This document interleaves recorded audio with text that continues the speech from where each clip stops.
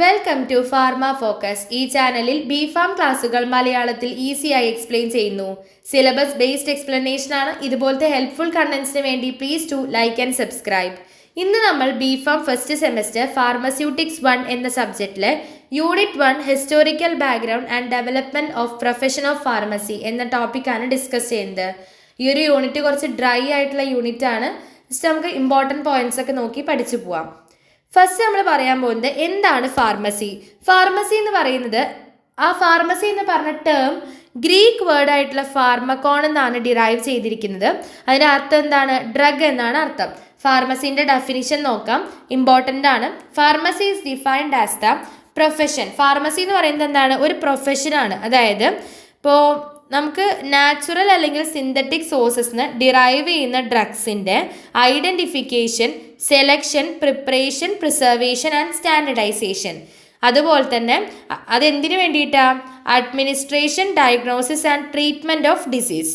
അതായത് ഡിസീസസിന് വേണ്ടിയിട്ട് നമുക്ക് ഡ്രഗ്സ് അഡ്മിനിസ്റ്റർ ചെയ്യാനും അതുപോലെ ഡിസീസസിനെ ഡയഗ്നോസ് ചെയ്യാൻ, അതായത് കണ്ടുപിടിക്കാൻ വേണ്ടിയിട്ടും ട്രീറ്റ് ചെയ്യാൻ വേണ്ടിയിട്ടും ഒക്കെ നാച്ചുറൽ ആൻഡ് സിന്തറ്റിക് സോഴ്സസിന് ഡിറൈവ് ചെയ്യുന്ന ഡ്രഗ്സിൻ്റെ identification, selection, preparation, preservation, standardisation, ഇത്രയും കാര്യങ്ങൾ ഇൻക്ലൂഡ് ചെയ്തിട്ടുള്ള ഒരു പ്രൊഫഷനാണ് എന്ത് പറയാം? ഫാർമസി എന്ന് പറയുന്നത്. And historical background and development of pharmacy എന്ന് പറയുമ്പോൾ മെയിൻലി 5 ഹിസ്റ്റോറിക്കൽ പീരീഡ്സ് ആയിട്ടാണ് ഇതിനെ ക്ലാസിഫൈ ചെയ്തിരിക്കുന്നത്. ആൻഷ്യൻ എറ, എംപിരിക് എറ, ഇൻഡസ്ട്രിയലൈസേഷൻ എറ, പേഷ്യന്റ് കെയർ എറ, ബയോടെക്നോളജി ആൻഡ് ജെനറ്റിക് എഞ്ചിനീയറിംഗ് എറ. ഫസ്റ്റ് നമുക്ക് നോക്കാം ആൻഷ്യൻ എറ. ആൻഷ്യൻ എറ എന്ന് പറഞ്ഞു കഴിഞ്ഞാൽ അറൗണ്ട് AD 1600 ബിഗിനിങ്ങിലാണ് ഈ ആൻഷ്യൻ എറ ഉള്ളത്. അപ്പോൾ ആൻഷ്യൻ എറയിൽ മെയിൻലി നമ്മൾ എന്താ പറയുന്നത്? ആ ഒരു സമയത്ത് പണ്ട് കാലത്തെ കാര്യങ്ങളാണ്. ആ ഒരു സമയത്ത് നമ്മൾ ബ്ലീഡിങ് സ്റ്റോപ്പ് ചെയ്യാനും അതുപോലെ തന്നെ മുറിവ് ഉണക്കാൻ വേണ്ടിയിട്ടും വൂൺസ് ഹീൽ ചെയ്യാൻ വേണ്ടിയിട്ടും ലീവ്സും മഡ്സും കൂൾ വാട്ടറൊക്കെയാണ് യൂസ് ചെയ്തിരുന്നത്. ഈ ഒരു മെത്തേഡ് എങ്ങനെയാണ് ഡെവലപ്പ് ചെയ്തിരിക്കുന്നത്? ആനിമൽസ് എങ്ങനെയാണോ അവരുടെ മുറിവ് ഉണക്കിയിരുന്നത് അത് കണ്ടിട്ടാണ് നമ്മൾ ഈ ഒരു മെത്തേഡ് ഡെവലപ്പ് ചെയ്തിരിക്കുന്നത്. അതുപോലെ തന്നെ ഈ ഹീലിംഗ് എക്സ്പീരിയൻസസും ഓരോ കണ്ടുപിടിച്ച കാര്യങ്ങളൊക്കെ പണ്ടത്തെ ഇയർലിയസ്റ്റ് നോൺ റിട്ടൺ റെക്കോർഡ്സ് എന്നറിയപ്പെടുന്ന ഈ ക്ലേയിലൊക്കെയാണ് അവർ ഡോക്യുമെന്റ് ചെയ്തിരുന്നത്, അതായത് കുറിച്ചിട്ടിരുന്നത്. ഇപ്പോഴത്തെ കാലത്ത് നമ്മൾ കുറേ ബുക്കും ഇപ്പോൾ എന്താ AI കാര്യങ്ങളൊക്കെ വന്നു തുടങ്ങിയിട്ടുണ്ടല്ലേ. നമ്മൾ മൊബൈൽസ് അങ്ങനെ കുറേ മൊബൈൽ, ലാപ്ടോപ്പ് അങ്ങനത്തെ ആക്സസറീസ് ഒക്കെ യൂസ് ചെയ്തിട്ടാണ് നമ്മൾ ചെയ്യുന്നതെങ്കിലും ആദ്യത്തെ കാലത്ത് നമ്മൾ എന്താ ക്ലേ അതുപോലെ കല്ലിൻ്റെ മുകളിലൊക്കെയാണ് ഇത് ഡോക്യുമെന്റ് ചെയ്തിരുന്നത്. ഓക്കെ, അപ്പോൾ അങ്ങനത്തെ ഡോക്യുമെന്റഡ് ഹീലിംഗ് എക്സ്പീരിയൻസസ് ക്ലേ എന്നൊക്കെ പറയുന്നത് ഇയർലിയസ്റ്റ് നോൺ റിട്ടൺ റെക്കോർഡ്സ് ആണ്. ഫസ്റ്റ് ബാബിലോണിയൻ്റെ കാര്യം പറയാം. ബാബിലോണിയയിൽ ഫാർമസീൻ്റെ ഇയർലിയസ്റ്റ് പ്രാക്ടീസ് റെക്കോർഡ് ചെയ്തിരിക്കുന്നത് ബാബിലോണിയയിലാണ്. ഓക്കെ, അവിടെ എന്ത് ചെയ്തിട്ടുണ്ട്? പ്രീസ്റ്റ്, ഫാർമസിസ്റ്റ് അതുപോലെ ഫിസിഷ്യൻ്റെ ഒക്കെ റോള് കമ്പൈൻ ചെയ്തിട്ടുണ്ട്. ഇതാണ് നമ്മുടെ organised science of pharmacy and മെഡിസിൻ്റെ ബിഗിനിങ് ആയിട്ട് നമ്മൾ കണക്കാക്കുന്നത്. പിന്നെ നമ്മൾ ചൈനീസിൻ്റെ കാര്യം പറയുകയാണ്. ചൈനീസാണ് എന്ത് ചെയ്തത്? മെഡിസിനൽ പർപ്പസിന് ഹെർബ്സ് യൂസ് ചെയ്യാൻ തുടങ്ങിയത് ചൈനീസാണ്. ഹിപ്പോക്രേറ്റ്സ് നമ്മൾ എന്ത് പറയും? ഫാദർ ഓഫ് മെഡിസിൻ എന്നാണ് അദ്ദേഹത്തിന് അറിയപ്പെടുന്നത്. അപ്പോൾ ഹിപ്പോക്രേറ്റ്സ് എന്ത് ചെയ്തിട്ടുണ്ട്? ഈ ഒരു മെഡിക്കൽ എത്തിക്സ് അതുപോലെ തന്നെ റാഷണൽ ട്രീറ്റ്മെൻറ്റ് ഫൗണ്ടേഷൻ ഉണ്ടാക്കിയത് ഹിപ്പോക്രേറ്റ്സ് ആണ് എന്നാണ് പറയപ്പെടുന്നത്. അടുത്തതാണ് തിയോഫ്രാസ്റ്റസ്. തിയോഫ്രാസ്റ്റസ് എന്ന് പറഞ്ഞു കഴിഞ്ഞാൽ ഒരു ഗ്രീക്ക് ഫിലോസഫർ ആണ്. അദ്ദേഹമാണ് ഫാദർ ഓഫ് ബോട്ടണി എന്നറിയപ്പെടുന്നത്. അദ്ദേഹം പല പ്ലാന്റ് ബേസ്ഡ് ഹെർബ്സിനെയൊക്കെ സ്റ്റഡി ചെയ്തിട്ട് അതിനെ ഡോക്യുമെന്റ് ചെയ്തിട്ടുണ്ട്. അടുത്തതാണ് സുശ്രുത സംഹിത. സുശ്രുത സംഹിത എന്ന് പറയുന്നത് ഒരു ആയുർവേദിക് മോണോഗ്രാഫാണ്. വേരിയസ് മെഡിസിനൽ സബ്സ്റ്റൻസസിനെ അതിൽ ഡിസ്ക്രൈബ് ചെയ്യുന്നുണ്ട്. അതുപോലെ ചരകമുനി എന്ത് ചെയ്തിട്ടുണ്ട്? ഹെർബ്സിനെ 50 ഗ്രൂപ്പായിട്ട് ക്ലാസിഫൈ ചെയ്തിട്ടുണ്ട്.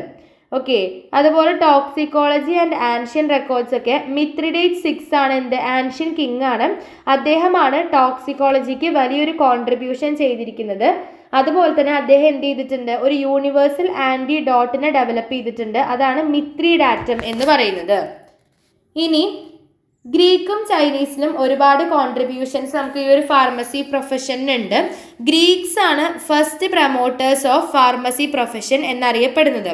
ഡയോസ്കോറിഡസ് എന്ന് പറയുന്നത് ഒരു ഗ്രീക്ക് ഫിസിഷ്യൻ ആണ്. ഒരു 5 വോളിയം ബുക്ക് അദ്ദേഹം എഴുതിയിട്ടുണ്ട് മെഡിസിനെയും ഫാർമസിനെയും കുറിച്ചിട്ട്. അതിൻ്റെ പേരാണ് ഡി മെറ്റീരിയ മെഡിക്ക.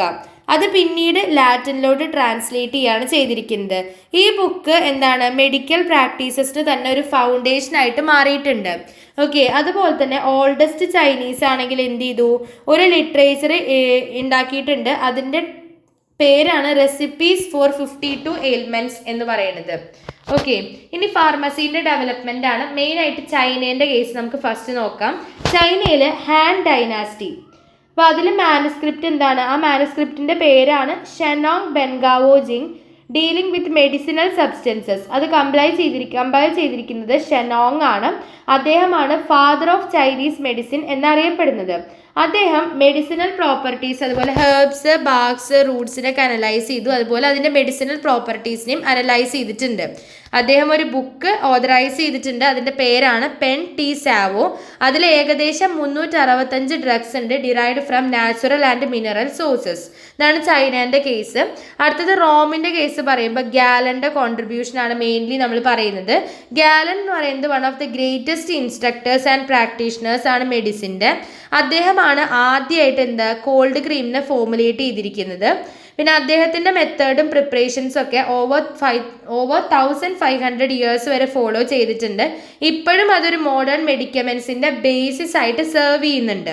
അടുത്തത് ഇസ്ലാമിക് ഗോൾഡൻ ഏജ് ആണ്. ആ ഒരു സമയത്തും സിഗ്നിഫിക്കൻ്റ് അഡ്വാൻസ്മെൻറ്റ് ഫാർമസി പ്രൊഫഷനിൽ ഉണ്ടായിട്ടുണ്ട്. അപ്പോൾ ഡെവലപ്മെൻറ്റ് ഓഫ് ഫാർമസിയിൽ മെയിനായിട്ട് നമ്മൾ ചൈനേൻ്റെയും റോമിൻ്റെയും കാര്യമാണ് മെയിൻലി പറഞ്ഞത്. അടുത്തത് നമുക്കിതിൽ ഇമ്പോർട്ടൻ്റ് ആയിട്ട് പഠിക്കാനുള്ളത്, ഏകദേശം ഒരു 9th സെഞ്ച്വറിക്ക് ആവുന്ന സമയത്താണ് ഫാർമസി പ്രൊഫഷൻ ബാഗ്ദാദ് ബിഗാൻ ചെയ്തത്. ഓക്കെ, പിന്നെ നമ്മൾ പറയുന്നത് ഫാർമസി ഷോപ്സ് ഒക്കെ ഫസ്റ്റ് ഒഫീഷ്യലി അപ്പിയർ ചെയ്ത് ബാഗ്ദാദിലാണ് അറൗണ്ട് AD 762.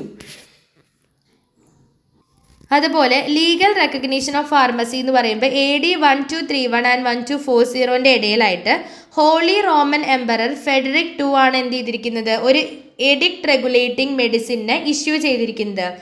ഇതാണ് first legal recognition of pharmacy എന്ന രീതിക്ക് കണക്കാക്കപ്പെട്ടിരിക്കുന്നത്.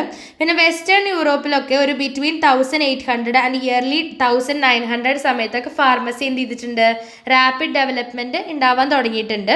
പിന്നെ എന്താണ്, പ്രൊഫഷൻ ഒരു ട്രഡീഷണൽ ഹെർബൽ പ്രാക്ടീസ് നിന്ന് ഒരു സയൻറ്റിഫിക് റെഗുലേറ്റഡ് ഡിസിപ്ലിൻ ആയിട്ട് മൂവ് ചെയ്തിട്ടുണ്ട് ഈ ഒരു പ്രൊഫഷൻ. ഇതാണ് ആൻഷ്യൻ എറയിൽ നമുക്ക് മെയിൻലി നോക്കാനുള്ളത്. അപ്പോൾ ആൻഷ്യൻ എറയിൽ നമ്മൾ എന്തൊക്കെയാണ് പറഞ്ഞത്, നമ്മളുടെ ബ്ലീഡിങ് സ്റ്റോപ്പ് ചെയ്യാനും വൂൺസ് ഹീൽ ചെയ്യാനൊക്കെ പണ്ടത്തെ കാലത്ത് ലീവ്സും മഡ്സും കൂൾ വാട്ടറും ഒക്കെയാണ് യൂസ് ചെയ്തിരുന്നത്. അതുപോലെ ഈ ഒരു മെത്തേഡ് നമ്മൾ എങ്ങനെയാണ് ഡെവലപ്പ് ചെയ്ത്, ആനിമൽസ് എങ്ങനെയാണ് വൂണ്ട് ഹീൽ ചെയ്യുന്നതെന്ന് നോക്കിയിട്ട് അത് ഒബ്സർവ് ചെയ്തിട്ടാണ് നമ്മൾ ഈ ഒരു മെത്തേഡ്സ് ഒക്കെ ഡെവലപ്പ് ചെയ്തിരിക്കുന്നത്.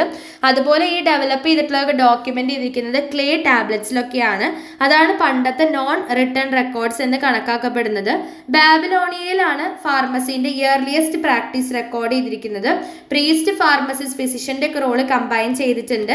പിന്നെ ഇതാണ് organised science of pharmacy and medicine എന്ന് നമ്മൾ കൺസിഡർ ചെയ്യുന്നത്. ചൈനീസ് ആണെങ്കിൽ മെഡിസിനൽ പർപ്പസിന് വേണ്ടിയിട്ട് ഹെർബ്സ് യൂസ് ചെയ്തിട്ടുണ്ട്.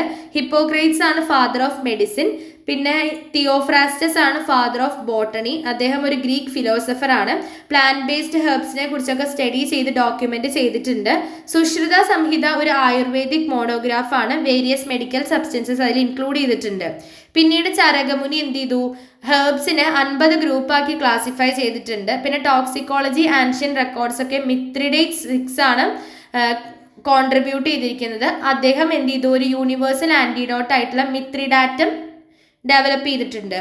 പിന്നെ നമ്മൾ പറഞ്ഞത് ഗ്രീക്കിൻ്റെ കേസിൽ, ഗ്രീക്കിലാണ് ഫസ്റ്റ് പ്രൊമോട്ടേഴ്സ് എന്നറിയപ്പെടുന്നത് ഫാർമസി പ്രൊഫഷൻ്റെ. തയോസ്കോറിഡസ് ആണ് ഒരു ഗ്രീക്ക് ഫിസിഷ്യൻ. അദ്ദേഹം ഒരു 5 വോളിയം ബുക്ക് എഴുതിയിട്ടുണ്ട്. അതാണ് ഡി മെറ്റീരിയ മെഡിക്ക. അത് പിന്നീട് ലാറ്റിനിലോട്ട് ട്രാൻസ്ലേറ്റ് ചെയ്തിട്ടുണ്ട്. പിന്നെ ഓൾഡസ്റ്റ് ചൈനീസ് ലിറ്ററേച്ചർ ആണ് റെസിപ്പീസ് ഫോർ 52 എയിൽമെൻറ്റ്സ് എന്ന് പറയുന്നത്. പിന്നെ ഫാർമസീൻ്റെ ഒരു ഡെവലപ്മെൻറ്റ് എന്ന് പറഞ്ഞാൽ ചൈനയിലാണെങ്കിൽ ഹാൻ ഡൈനാസ്റ്റി ഒരു മാനുസ്ക്രിപ്റ്റ് ടൈറ്റിൽ ചെയ്തിട്ടുണ്ട്. അതാണ് ഷെനോങ് ബെൻഗാവോ ജിങ്. മെഡിസിനൽ സബ്സ്റ്റൻസസിനെ ഡീൽ ചെയ്യുന്നതാണ്. ഇതിൽ ഷെനോങ് ആണ് ഫാദർ ഓഫ് ചൈനീസ് മെഡിസിൻ എന്നറിയപ്പെടുന്നത്.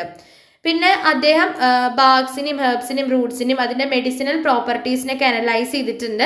ഒരു ബുക്ക് ഓതറൈസ് ചെയ്തു, അതിൻ്റെ പേരാണ് പെൻടി സാവോ. അതിൽ 365ഓളം ഡ്രഗ്സിനെ ലിസ്റ്റ് ചെയ്തിട്ടുണ്ട്. റോമിൻ്റെ കേസിലാണെങ്കിൽ ഗാലൻ്റെ കോൺട്രിബ്യൂഷനാണ് എടുത്തു പറയുന്നത്. അദ്ദേഹമാണ് ആദ്യമായിട്ട് കോൾഡ് ക്രീമിനെ ഫോമുലേറ്റ് ചെയ്തത്. അത് ഓവർ 1500 ഇയേഴ്സോളം ആ ഒരു മെത്തേഡും പ്രിപ്പറേഷൻസ് ഒക്കെ ഫോളോ ചെയ്തു. ഇപ്പോഴും അതൊരു ബേസിസ് ആയിട്ട് കരുതുന്നുണ്ട്. ഇസ്ലാമിക് ഗോൾഡൻ ഏജിന്റെ സമയത്തും ഒരുപാട് സിഗ്നിഫിക്കൻറ്റ് അഡ്വാൻസ്മെന്റ്സ് ഫാർമസിയിൽ ഉണ്ടായിട്ടുണ്ട്. 9th സെഞ്ച്വറി ഏകദേശം ആയപ്പോഴാണ് ഫാർമസി പ്രൊഫഷൻ ബാഗ്ദാദിൽ സ്റ്റാർട്ട് ചെയ്തത്. ഫാർമസി ഷോപ്സും ആദ്യമായിട്ട് അപ്പിയർ ചെയ്ത് ബാഗ്ദാദിലാണ്. അറൌണ്ട് AD 762 ഇനി നമുക്ക് അടുത്ത എറ നോക്കാം. അടുത്ത എറയിൽ പറയുന്നതാണ് എംപിരിക് എറ. 1600 to 1940 ഈ ഒരു എറ സമയത്ത് ഫാർമകോപ്പിയാസ് ഒക്കെ എന്ത് ചെയ്തിട്ടുണ്ട്, ഫാർമസിസ്റ്റിന്റെ ഒരു റെഗുലേറ്ററി ടൂളായിട്ട് മാറിയിട്ടുണ്ട്. അതുതന്നെ ഒഫീഷ്യൽ ഡ്രഗ് സ്റ്റാൻഡേർഡ്സും അതുപോലെ ഫോമുലേഷൻസ് ഒക്കെ എസ്റ്റാബ്ലിഷ് ചെയ്തിട്ടുണ്ട്. ഫാർമസിന്റെ പ്രോഗ്രസ് യുണൈറ്റഡ് സ്റ്റേറ്റ്സിൽ ഉണ്ടായിട്ടുണ്ട്. അതായത് 1751 ബെഞ്ചമിൻ ഫ്രാങ്ക്ലിൻ ആണ് എന്ത് ചെയ്തിരിക്കുന്നത്, അമേരിക്കയിലെ ഫസ്റ്റ് ഹോസ്പിറ്റൽ സ്റ്റാർട്ട് ചെയ്തത്. അവിടെ ഒരു ഫാർമസി ഇൻക്ലൂഡ് ചെയ്യുന്നുണ്ട്. ആൻഡ് ഫസ്റ്റ് ഹോസ്പിറ്റൽ ഫാർമസിസ്റ്റ് ആണ് ജോനഥാൻ റോബർട്ട്സ് എന്ന് പറയുന്നത്. അദ്ദേഹമാണ് first hospital pharmacist. 1820 first US pharmacopoeia publish ചെയ്തിട്ടുണ്ട്, USP. 1821 Philadelphia college of Pharmacy കണ്ടുപിടിച്ചു. First college of pharmacy in US ആണ് ഫിലാഡൽഫിയ കോളേജ് ഓഫ് ഫാർമസി. കണ്ടുപിടിച്ചതല്ല കേട്ടോ, ഫൗണ്ട് ചെയ്തു, ലോഞ്ച് ചെയ്തു. പിന്നെ വില്യം പ്രോക്ടർ, അദ്ദേഹത്തിനെയാണ് നമ്മൾ ഫാദർ ഓഫ് അമേരിക്കൻ ഫാർമസി എന്നറിയപ്പെടുന്നത്. അദ്ദേഹം ഒരു അപ്പോത്തിക്കറി ഷോപ്പ് റാൻ ചെയ്യാണ്. അദ്ദേഹത്തിൻ്റെ ജീവിതം തന്നെ അദ്ദേഹം എന്താണ്, ഫാർമസിക്ക് വേണ്ടിയിട്ട് ഡിവോട്ട് ചെയ്തിരിക്കുകയാണ്. ഓക്കെ. പിന്നെ നാഷണൽ ഫോർമുലറിൻ്റെ കേസാണ് പറയുന്നത്. നാഷണൽ ഫോർമുലറി ആദ്യമായിട്ട് പബ്ലിഷ് ചെയ്തത് 1888 ഫർദർ പിന്നീട് നാഷണൽ സ്റ്റാൻഡേർഡ്സ് ഒക്കെ എസ്റ്റാബ്ലിഷ് ചെയ്തിട്ടുണ്ട്. ഇന്ത്യയിൽ ഫാർമസി ഡെവലപ്മെന്റ് നടന്നത് ഇയർ 1870 ആ ഒരു 1870 ഫോർമൽ ഫാർമസി എഡ്യൂക്കേഷൻ ഇന്ത്യയിൽ സ്റ്റാർട്ട് ചെയ്തത്. എവിടെയാണ് സ്റ്റാർട്ട് ചെയ്തത്? മദ്രാസിലാണ്. ഇപ്പം നമ്മൾ ചെന്നൈ എന്ന് പറയുന്ന മദ്രാസിലാണ്. പിന്നെ 1881 മെഡിക്കൽ സ്റ്റുഡൻസ് ഒക്കെ ട്രെയിൻ ചെയ്തിട്ടുണ്ട് ഫാർമസ്യൂട്ടിക്കൽ പ്രാക്ടീസസും അതുപോലെ തന്നെ കോമ്പൗണ്ടേഴ്സ് ആയിട്ടുള്ള ഇൻസ്റ്റിറ്റ്യൂട്ട്സിലൊക്കെ. അത് ബംഗാളിലാണ് സ്റ്റാർട്ട് ചെയ്തിരിക്കുന്നത്. പിന്നെ ബനാറസ് ഹിന്ദു യൂണിവേഴ്സിറ്റി ഉണ്ട് ഇൻട്രൊഡ്യൂസ് ചെയ്തത് ബി ഫാം കോഴ്സ് ഇൻട്രൊഡ്യൂസ് ചെയ്ത ആരാണ്? ബനാറസ് ഹിന്ദു യൂണിവേഴ്സിറ്റിയാണ് 1937. Punjabi university pharmacy programmes begin ചെയ്തത് 1944. ഫസ്റ്റ് ഇന്ത്യൻ ഫാർമകോപ്പിയ പബ്ലിഷ് ചെയ്തിരിക്കുന്നത് 1955.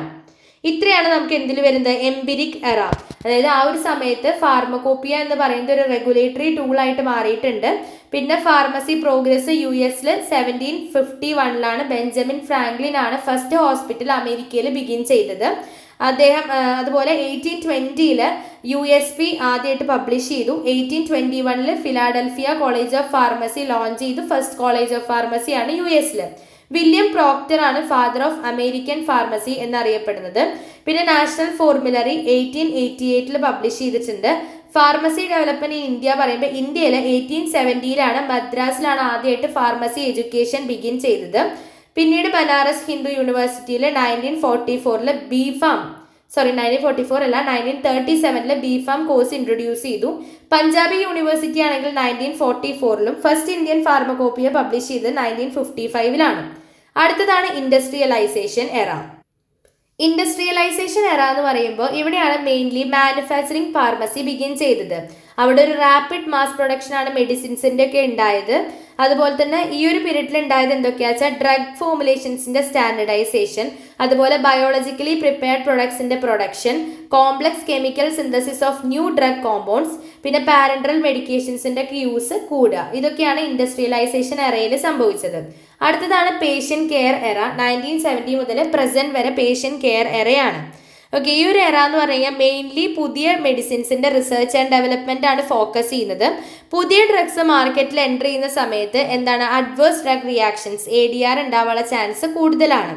ADR എന്ന് പറഞ്ഞു കഴിഞ്ഞാൽ എന്താ, അഡ്വേഴ്സ് ഡ്രഗ് റിയാക്ഷൻസ് എന്ന് പറഞ്ഞാൽ നമ്മളൊരു മരുന്ന് കാരണം ഉണ്ടാവും നമുക്ക് വരുന്ന സൈഡ് എഫക്ട്സ് പോലെ ഇല്ലേ, ഫീവർ, അതുപോലെ ഷിവറിങ്, ഇതൊക്കെ ADRൽ വരുന്നതാണ്. നോസിയ, വോമിറ്റിംഗ്, ഡയറിയ, അങ്ങനത്തെ കേസസ് ഒക്കെ.